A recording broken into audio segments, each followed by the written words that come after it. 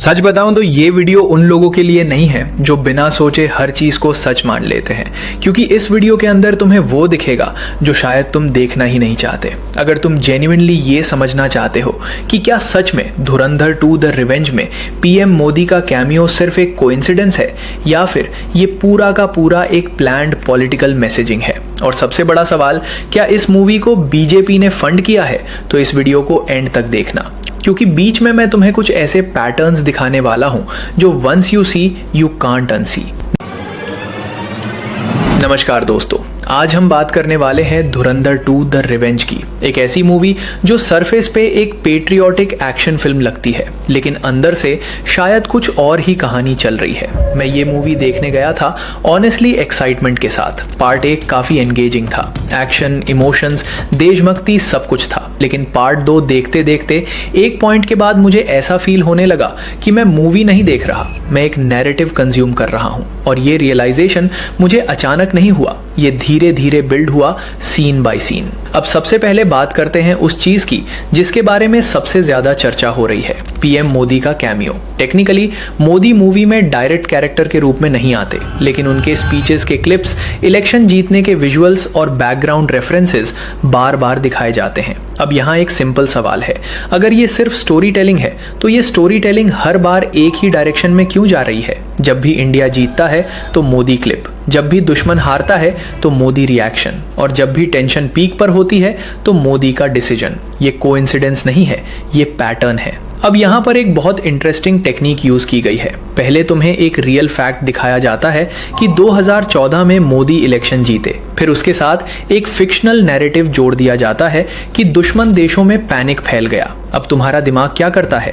पहला fact accept करता है और दूसरा ऑटोमेटिकली मान लेता है, और यही टेक्निक पूरी मूवी में रिपीट होती है। अब आते हैं सबसे कंट्रोवर्शियल सवाल पर, क्या इस मूवी को बीजेपी ने फंड किया है? सीधा जवाब दूं तो इसका कोई पब्लिक प्रूफ नहीं है, लेकिन इनडायरेक्ट फंडिंग कैसे काम करती है वो समझो। मूवीज डायरेक्ट गवर्नमेंट से फंड नहीं होती यूजुअली, लेकिन इन्फ्लुएंस कई तरीकों से आता है। कॉर्पोरेट स्पॉन्सर्स जिनके पॉलिटिकल कनेक्शंस होते हैं, टैक्स बेनिफिट्स और सब्सिडीज, और सबसे इंपॉर्टेंट नैरेटिव अलाइनमेंट।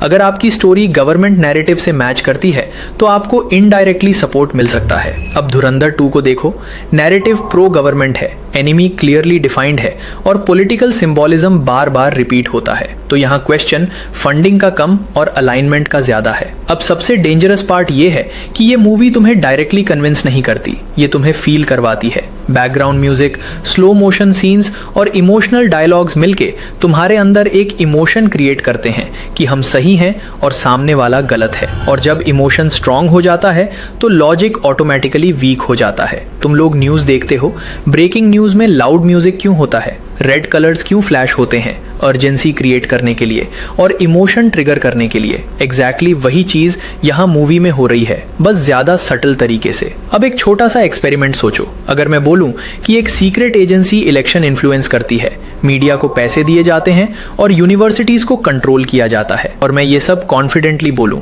बैकग्राउंड में इंटेंस म्यूजिक के साथ और बीच बीच में रियल क्लिप्स दिखा दूं, तो तुम में से बहुत लोग इसे सच मान लोगे, भले ही ये पूरी कहानी फेक हो। और यही चीज ये मूवी कर रही है। अब सबसे बड़ा सवाल, क्या ये गलत है? देखो, सिनेमा का काम इमोशन क्रिएट करना है, लेकिन जब आप करोड़ों लोगों को इन्फ्लुएंस कर सकते हो और आपकी मूवी पॉलिटिकल थिंकिंग को अफेक्ट कर सकती है, तो आपकी रिस्पॉन्सिबिलिटी भी उतनी ही बड़ी होती है। और यहाँ एक चीज क्लियर कर दूं, ये वीडियो किसी पॉलिटिकल पार्टी के खिलाफ या सपोर्ट में नहीं है। मेरा पॉइंट सिंपल है कि ऑडियंस को अवेयर होना चाहिए, ब्लाइंड बिलीफ नहीं होना चाहिए। अब सवाल तुमसे है, क्या तुम्हें लगता है कि ये मूवी सिर्फ एंटरटेनमेंट है या इसमें हिडन मैसेजिंग है? और सबसे इंपॉर्टेंट, क्या तुम्हें लगता है कि ऑडियंस आसानी से इन्फ्लुएंस हो जाती है?